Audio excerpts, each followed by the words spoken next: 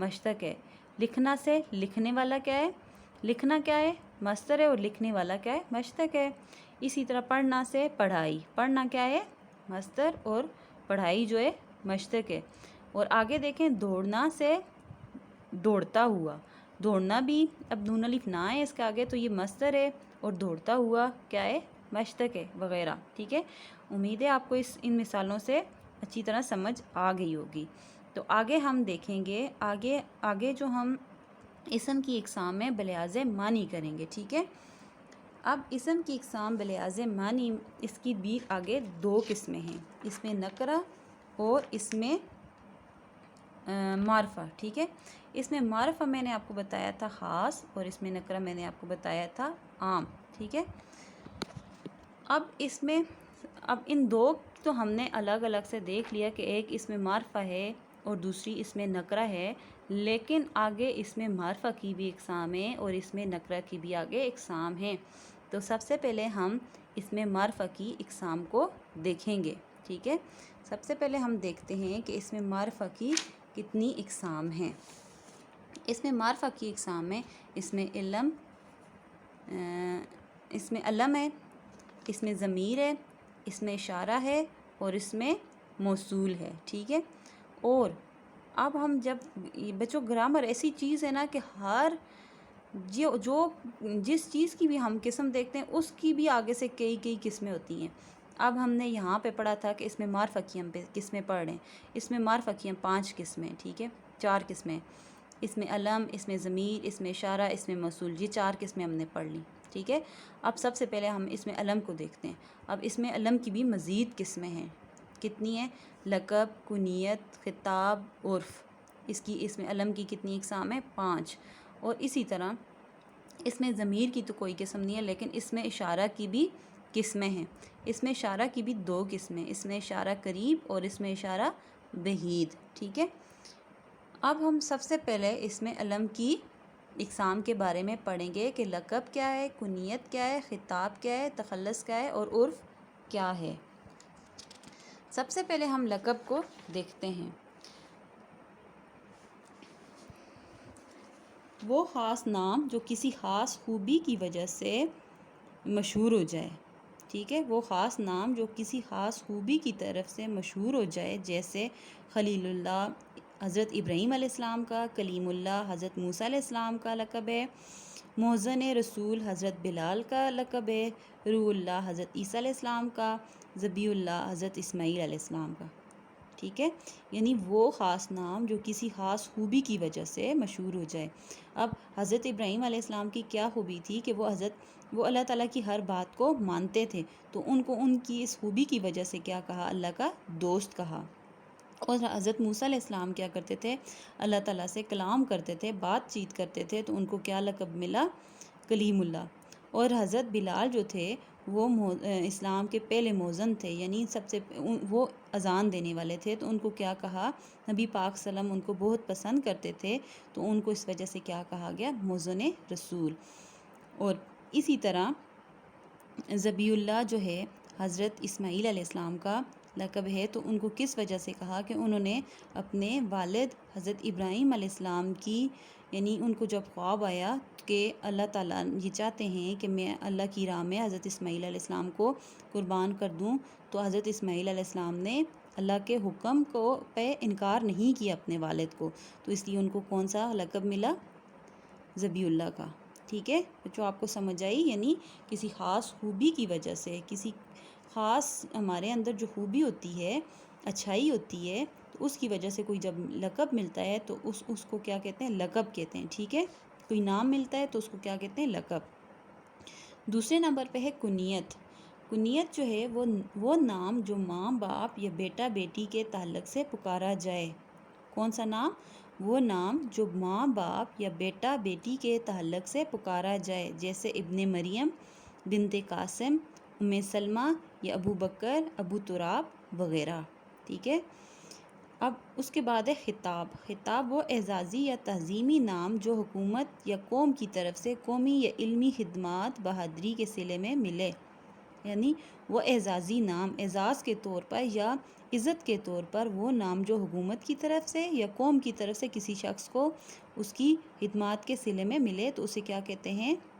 خطاب. جیسے شمس العلماء قائد اعظم، سر، نشان حیدر وغیرہ یہ خطاب ہیں. شمس العلماء کس کا ہے؟ سید سلمان ندوی کا بھی. شمس العلماء بہت سارے ہمارے جو مصنف گزرے ہیں ان کو ملا ہے. قائد اعظم کا آپ کو پتہ ہے کہ محمد علی جناح کو قائد اعظم کا لقب ملا اور سر سید احمد خان کو سر کا ملا. ٹھیک ہے. اس کے بعد ہم دیکھتے ہیں تخلص. وہ مختصر نام جو شعرائے کرام اپنے اصلی نام کے بجائے اپنے شعروں میں استعمال کرتے ہیں. یعنی شعرائے کرام یعنی جتنے بھی شعراء ہوتے ہیں وہ اپنے اصلی نام کے بجائے ایک مختصر سا نام جو ہے اپنے شعروں میں استعمال کرتے ہیں، اس کو کیا کہتے ہیں؟ تخلص. جیسے غالب، حالی، ذوق، حسرت، اقبال، فیض، آتش وغیرہ. اب غالب جو ہے مرزا اسد اللہ خان غالب کا جو ہے وہ غالب ہے. مولانا الطاف حسین حالی کا جیسے حالی ہے. ذوق ہے. پھر اسی طرح حسرت موہانی جو ہے وہ اپنا تخلص حسرت استعمال کرتے تھے. تو یہ جو مختصر سا نام ہوتا ہے جو شعروں میں بھی اکثر آپ نے شعر کے جو آخری مقطع ہوتا ہے اس میں وہ زیادہ استعمال کرتے ہیں تو اس کو کیا کہتے ہیں؟ تخلص. اب آخری جو ہمارے پاس پانچویں قسم آئی ہے وہ ہے عرف.